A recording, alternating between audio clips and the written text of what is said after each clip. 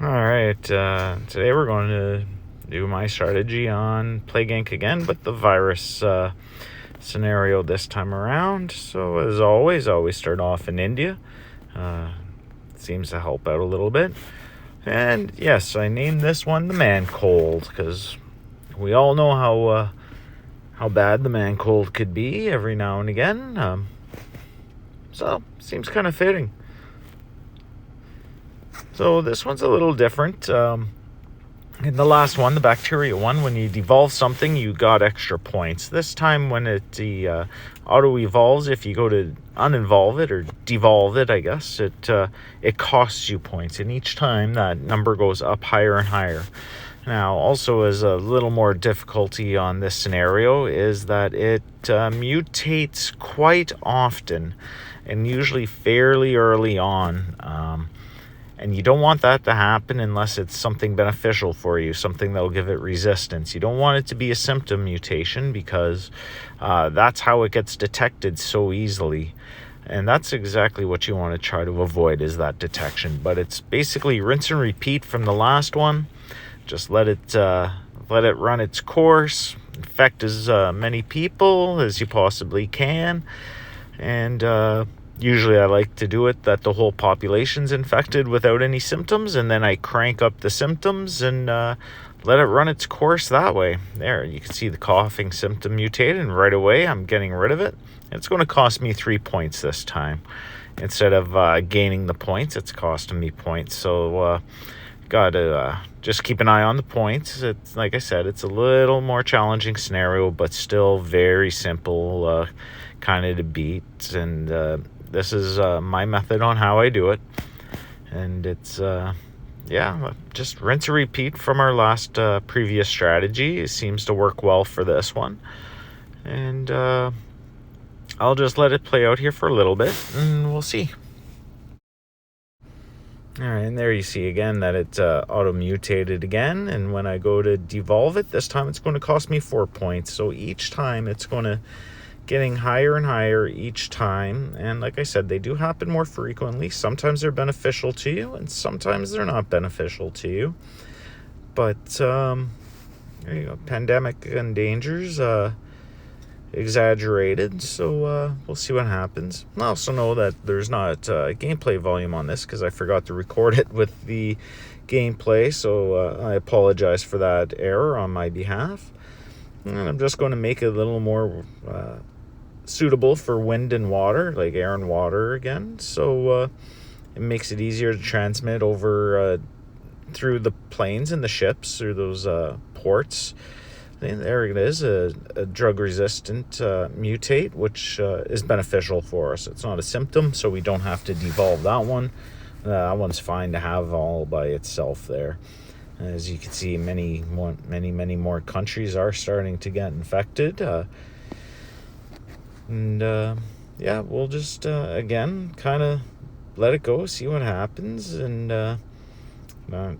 all right, see there, I'm updating the water transmission, so now it's even more easier for it to travel by water on those ships to the seaports. That's a new one, the nausea auto-mutate, so I'm going to get rid of that one, and this time it cost me 5 points. So each time it keeps increasing by 1, the amount that it takes to get rid of it. And there we go, getting on those hot and cold abilities, so it could survive in hotter and colder weather, especially for, again, Greenland. That's really hard to get. Cold resistance is auto-mutated, so that's good. Greenland, Madagascar, again, are the 2 hardest countries to kind of get in this game because of the one is because of the only having seaports, and another one is because of the temperature of both countries there. So you got to get that heat and cold resistance up as well. There you saw another mutation. Once I got rid of it, just got Greenland. Once I devolved it there, it now cost me, I think, 6 or 7 points on that time around as well. So it keeps getting more and more, but we're having a good little pile on our DNA points there. Insomnia, again, going to get rid of that one right away. And that cost me 7 points. So the last one was 6, this one was 7. It keeps increasing each time. So, yeah, this is kind of Insomnia again. I'm going to devolve that, and that time it was 8 points. So there's an example of it going higher and higher each time. But it looks like we're off to a great start in this. I'm seeing lots of red, not too much green or white. Heat resistance, that's a good one to have. It means it's going to travel faster, quicker over those hotter countries there that we're used to. Another coughing one, so we're going to lose a couple more DNA points for this. As you can see, our map's starting to look pretty red there, and soon time to unleash things, let it go kind of as it is, increase the symptoms to get as many done as possible, get it as I guess lethal as possible. There you saw there was no more healthy people left in the world. Now it's pretty well timed to start with our symptoms. Going to let it out, get a couple more auto mutates up so I don't have to worry about spending points on them when they're just going to keep happening anyways. There's a nausea symptom, yeah, for the man cold, you know. So always start off with the coughing, then the sneezing. Go to immune suppression. How rested did I feel when waking up today? I felt pretty good waking up today. Thanks for asking there. Right to total organ failure. And then vomiting, you know, just adding on a few extra ones there so it can help with the lethality of it there, and try and get this game as wrapped up as quickly as possible before that cure percentage goes up any higher. But I think with everything that I did, that there shouldn't be too big of a problem trying to get it all figured out there. As you can see, it still keeps on mutating. Oh, there's the first death reported in Central Asia. So now the cure percentage is starting to go up a little bit. Oh, it's just symptom mutated. Now it's okay, just leave those go, because there's no point devolving them now. It's only going to cost you points, and we're already at the stage where we just want it to kind of run its course now. We don't need to infect anybody else. So we don't really have to worry about it being detected anymore. It's already been detected or working a way around it. So now it's just trying to add on more symptoms to kind of get this moving along a little quicker there. What we got? Hypersensitivity. Yeah. Rash. I don't know what good a rash is going to do at this point. Some of them do help in different regions. As you can see, some of them are for moderate regions, low class regions, higher class regions, you know. So it kind of keeps things going on. And now fevers come up.